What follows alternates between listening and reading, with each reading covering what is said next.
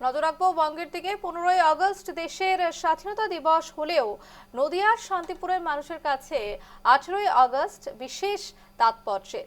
ভারত ভুক্তি দিবস উপলক্ষে গবারচর এবং চরসারাগড় এলাকার মৎস্যজীবীরা ভাগীরথীর বুকে নৌকায় তেরঙ্গা উড়িয়ে দিনটি পালন করে।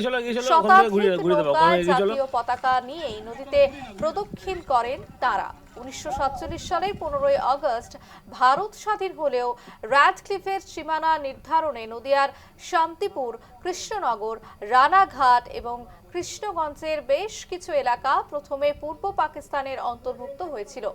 ফলে 3 দিন ওই অঞ্চলের মানুষ অনিশ্চয়তার মধ্যে ছিলেন। পরবর্তীতে নদিয়াকে ভারতের অন্তর্ভুক্ত করার দাবিতে স্থানীয় বিশিষ্ট ব্যক্তিরা উদ্যোগ নেন।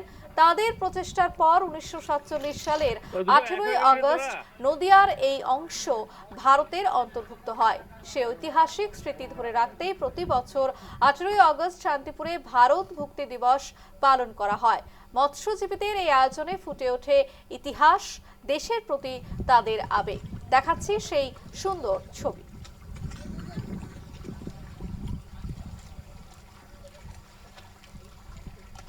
এটা বহুদিন ধরে হচ্ছে, বিশেষ করে গবারচরের অধিবাসীবৃন্দ আর মৎস্যজীবীদের তত্ত্বাবধানে আমাদের যে আজকে একটা শুভ দিন স্বাধীন শান্তিপুর।